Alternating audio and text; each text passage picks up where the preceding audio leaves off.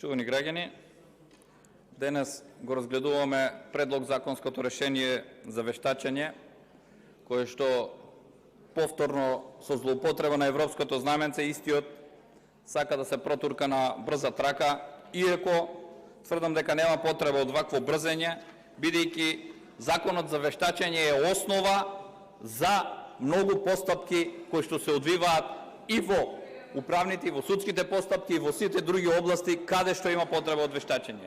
Еден суштински закон од кој што зависат другите процесни закони, а навидум сакат овде со европско знаменце истиот да се протурка.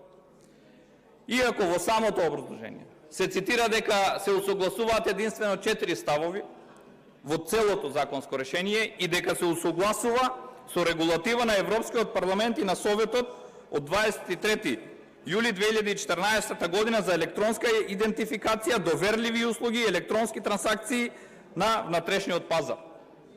Па ако се однесува на ова усогласување, треба да се усогласи со законот кој што е во позитивното право на Република Македонија, односно постои закон. Усогласувањето треба да биде со нашиот закон за електронски документи, електронска идентификација и доверливи услуги, а не со регулатива на Европската унија. Но истите сакат единствено да се стави за да се заобиколи расправата и да немаме квалитетна расправа по однос на ова законско решение. Во членот 9 ги предвиделе условите кои што треба да ги исполнува, односно образованието и другите услови кои што треба да ги исполнува одредено лице кое сака да стане вештак. И во членот 10 веднаш се става на увид дека треба да има 60 часа обука кое што ќе се спроведува, односно сето ова е групирање на одредени куки кои што ќе можат да вршат вакви обуки за да стекнат огромни средства, бидејќи ќе биде задолжителна за сите вештаци. Но, кога зборуваме за вештачењето, тоа е една област во која што сите оние кои што вештачат, сведоци сме дека во изминатиот период по анкетите самите суди и обвинители посочуваат дека вештаците се една од пречките во нивните процесни действија. И од овде можеме да заклучиме една работа.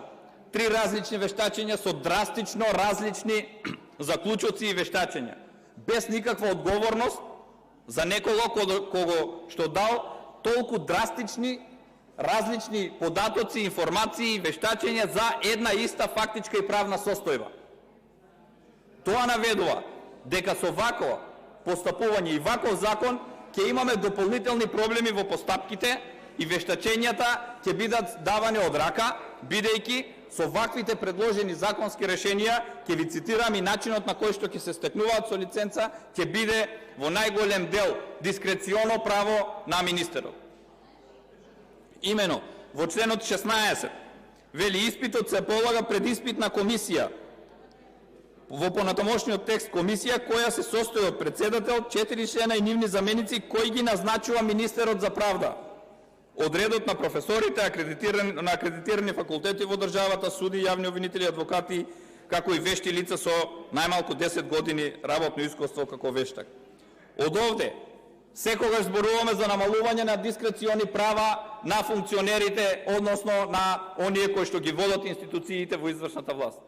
Овде се прошируваат дискреционите права на министер. Односно се даваат дополнителни права за формирање на комисија, а со тоа директно влијание кој ќе биде вештак и кој ќе се стекне со лиценца за вештачење.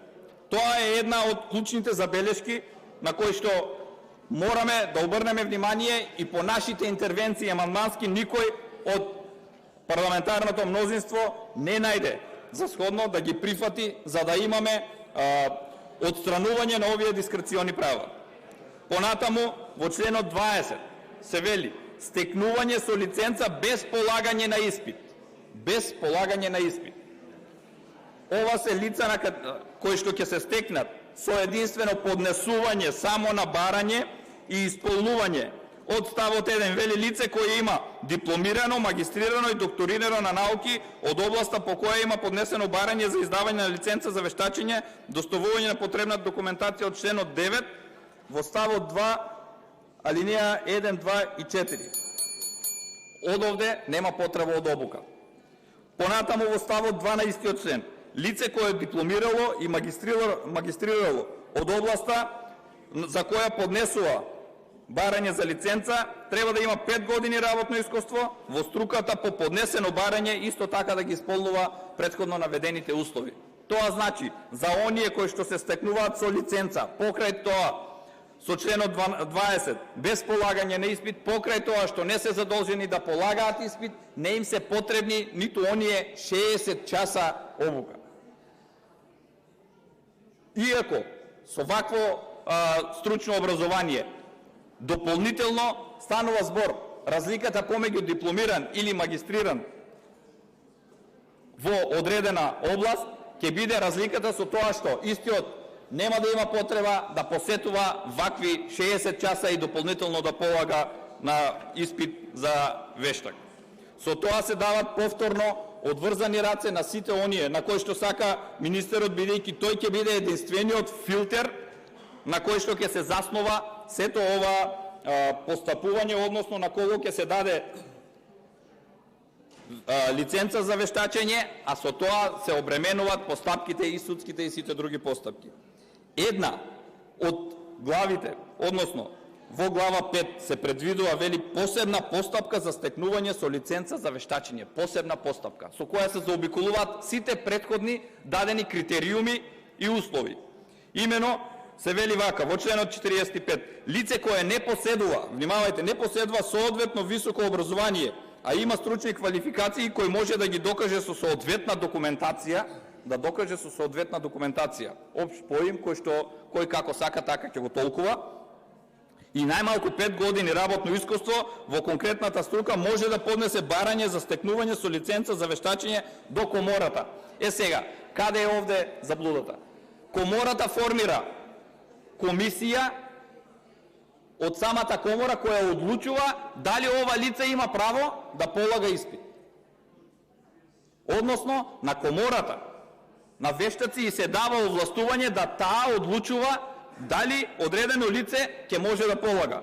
Во ставот 2 вели, комората формира комисија составена од најмалку 5 вештаци, од кои тие се од областа, 3 се од областа за кое лицето бара да се стекне со лиценца, и истите со мнозинство гласови од вкупниот број членови одлучуваат дали лицето го исполнува условот да полага испит за вештак. Тоа значи комората на вештаци ќе одлучува дали овие лица ќе можат да полагат ваков испит. За обиколување на сите претходно дадени услови кои што треба да ги исполнат сите оние кои што одат по редовна постапка, и понатаму сето ова оди до таму да вели комората во случајот ставот 5, а во ставот 5 се вели, во последните 5 месеци од работењето лицето е должно самостојно под надзор на ментор како да постапува, треба да доставува до комората извештаи. Тоа значи дека комората ќе биде орган кој што ќе одлучува дали некој ќе биде вештак или нема да биде вештак. Од оние кои што ќе се повикат на членот 45 глава 5, односно посебна постапка за стекнување со лиценца за вештачење. Од овде, почитувани колеги, почитувани граѓани, ќе произлезат уште многу процесни проблеми. Ќе имаме вештачења каде што на скалата од 1 до 10, еден вештак ќе каже дека имаме фактичка состојба 1, друг ќе каже дека имаме 7, а третиот ќе каже 10. И за тоа никој нема да сноси одговорност. Тоа значи дека министерот за кого ќе сака, ќе си продуцира собствени вештаци за одредени судски предмети, за одредени постапки, и со тоа однапред исходот ќе се знае, и овде ќе немаат вина судиите и обвинителите, бидејќи на нив ќе им бидат врзани рацете. Мора да постапуваат согласно она што им е дадено од вештак во соодветната област. Овој закон и ова законско решение ќе продуцираат дополнителни проблеми во самото функционирање на целокупниот систем и на целокупното вештачење, дополнително што со ова законско решение предвидувате во самото законско решение и биро за процена. Односно, дополнително во досегашното биро за вештачење се предвидува и правно лице биро за процена, со што се мешаат поимите и воопшто не станува збор за исти действија, исти постапки. Едно е вештачење, друго е процена. Затоа ќе ве замолам уште еднаш да размислите да го допрецизираме ова законско решение, за да не ни се повторуваат досегашните проблеми.